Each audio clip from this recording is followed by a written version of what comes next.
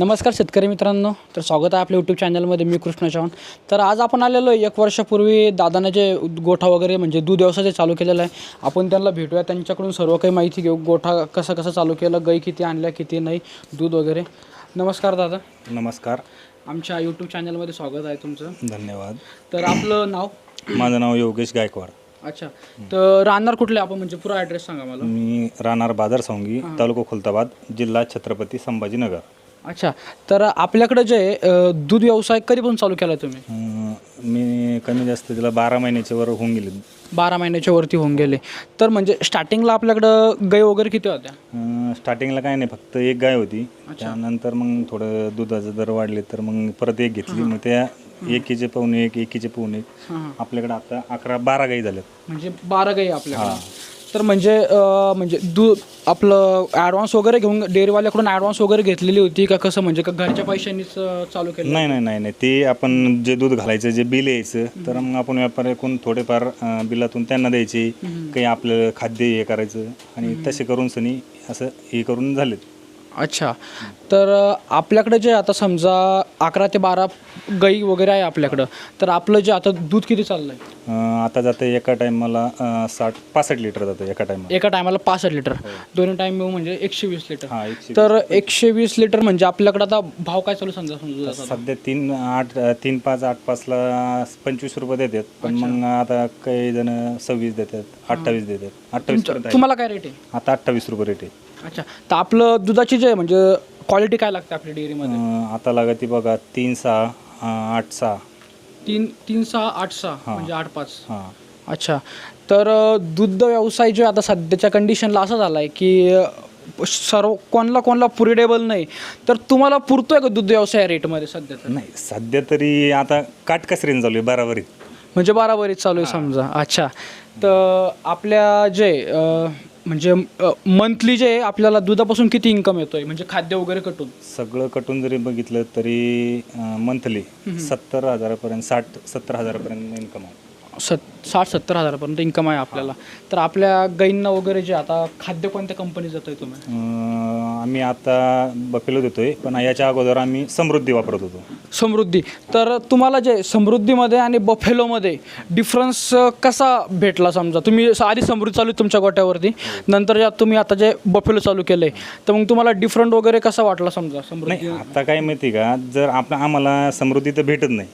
ते काय होतं माहिती का, एक दिवस भेटते, परत 8 दिवस गॅप भेटतो.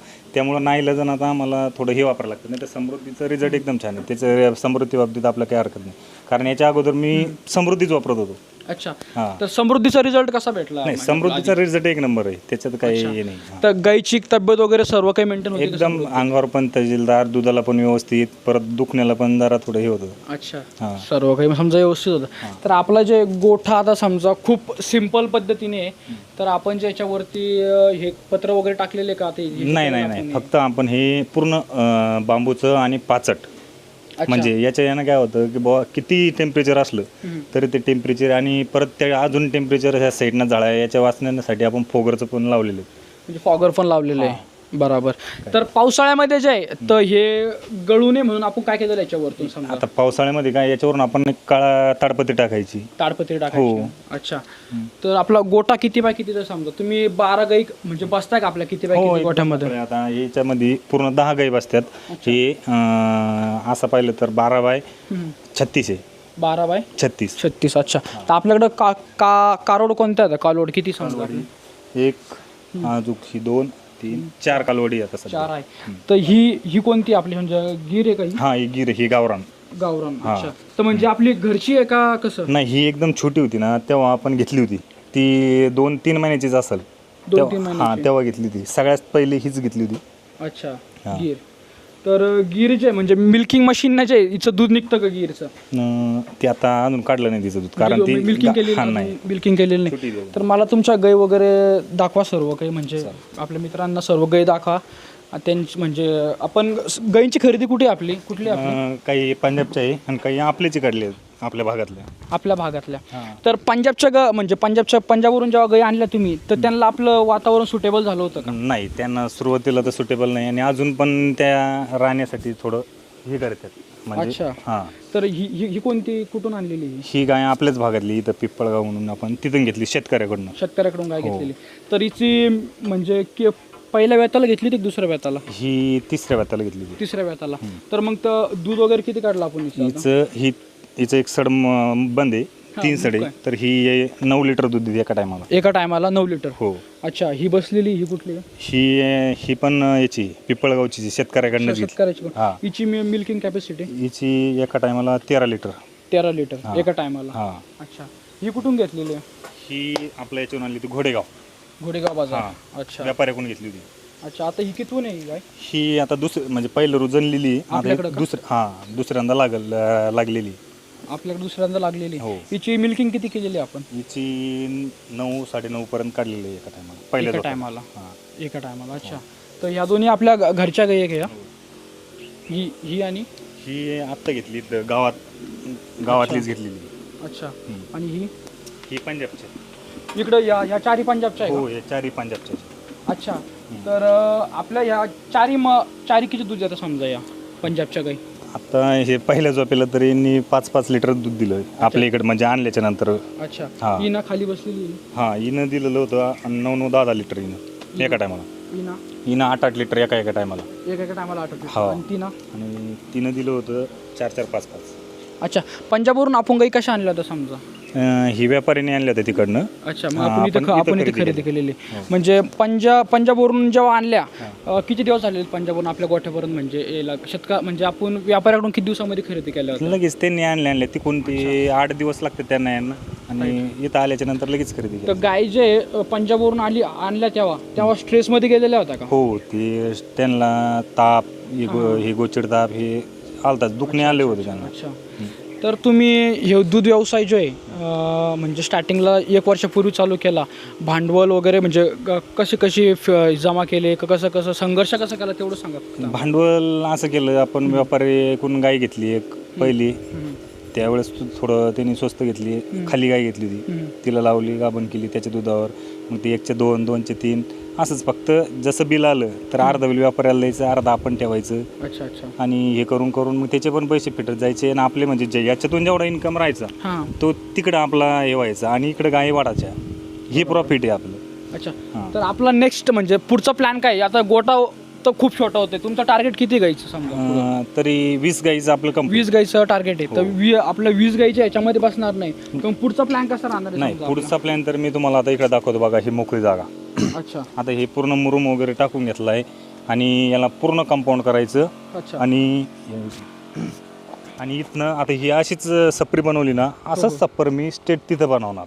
म्हणजे इथून डायरेक्ट तिथून डायरेक्ट स्टेट तिथपर्यंत बनवणार. ट्रॅक्टर हां, टॉर्लीपर्यंत. हां. तिथून पूर्ण एक साईड सप्पर, असंच सप्पर बनवणार, आणि इकडे पूर्ण मोकळं करणार. पूर्ण आणि मोकळं. हां, आणि पूर्ण तेच जे सप्पर बनवणार ना, तिथून गव्हाणी पूर्ण त्या साईडला राहणार, आणि समोरच्या साईडनं आपला चारा, हां. कुट्टी, अजून हे सगळं पुढच्या तर side. आपल्याकडे जे आता म्हणजे गाईंना चारा कोणता आहे आपल्याकडे सध्या? आपल्याकडे सध्या मुरघास आहे आणि नेपियर गवत आहे. नेपियर गवत. अच्छा. तर मुरघास आपण सध्याचं आता हे बोध वगैरे ठेवलेले आपण, म्हणजे जसं तर किती बोध भरलेले आपण सध्या तरी? आता मी सध्या तरी 50 बोध भरलेले आहेत. 50 बोध भरलेले. अच्छा. तर येऊ किती दिवसात स्टॉक झाला समजा? हा मिनिमम जाईन 2-3 महिन्यापर्यंत जाईल. 3 महिन्यापर्यंत जाईल. तर म्हणजे आता 3 महिने म्हणजे मे, जून, जुलै. तर पावसाळ्यामधला मुरघास कसा करणार? भरायचा अजून का? नाही, अजून भरायचं आहे. हां, अजून 20-25 बोध भरायची, आणि नंतर आता पाऊस पडला की पहिल्याच पावसामध्ये आपण 1 एकरभर मका टाकून देणार परत. अच्छा. हां, ती 2 महिन्यात लगेच आपल्याला तयार होती. मग नंतर अर्धा मुरघास, अर्धा हे, आणि थोडंफार ऊस विकत घ्यायचा. अच्छा. तर हे नेपियरचं चाऱ्याचं कसं आहे समजा नेमकं? हे नेपियर मग हे एक टाइम संध्याकाळी फक्त. संध्याकाळी? हां, नेपियर आणि ऊस थोडा. अच्छा. आणि सकाळी दूध काढलं की लगेच मिल्किंग झाल्याच्या नंतर मुरघास. तर मुरघास जो आपल्याकडे म्हणजे कांसासहित आहे का बिना कांसाचा आहे? अर्धा कांसा साहित्य आणि अर्धा बिना कांसाचा आहे. अच्छा. तर मला एक सांगा, बिना कांसाचा जर मुरघास केला, आणि म्हणजे बिना कांसाचा मुरघास जर आपण गाईंना टाकला, कांसासहित जर टाकला, तर दुधाचा कसा नाही, लय फरक पडतो. अच्छा. हां, तर त्यासाठी आम्ही अर्धा टाकतो. म्हणजे दोन्ही मिक्स करून टाकता?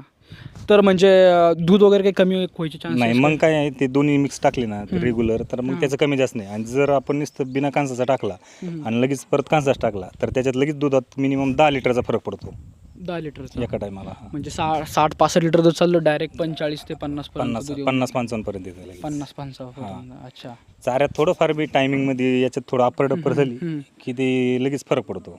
अच्छा. हां. तर मित्रांनो तुम्ही बघू शकता दादाने जे म्हणजे 1 वर्षापूर्वी दूध व्यवसाय चालू केलेला होता आणि एकदम म्हणजे जास्त खर्चामध्ये न पडता त्यांनी जे सपरी वगैरे केलेली आहे. आपण आधी पण 2 व्हिडिओ टाकलेले सपरीचे म्हणजे कमी खर्चामध्ये टाकलेलं केलेलं आहे सर्व काही तुम्ही बघू शकता सप्पर वगैरे. त्याच्यानंतर त्यांनी जे ऊन असल्यामुळे जे सध्या तर त्यांनी फॉगर लावलेले आपल्या याच्या गोठ्यामध्ये थंडावा भेटो म्हणून गाईंना.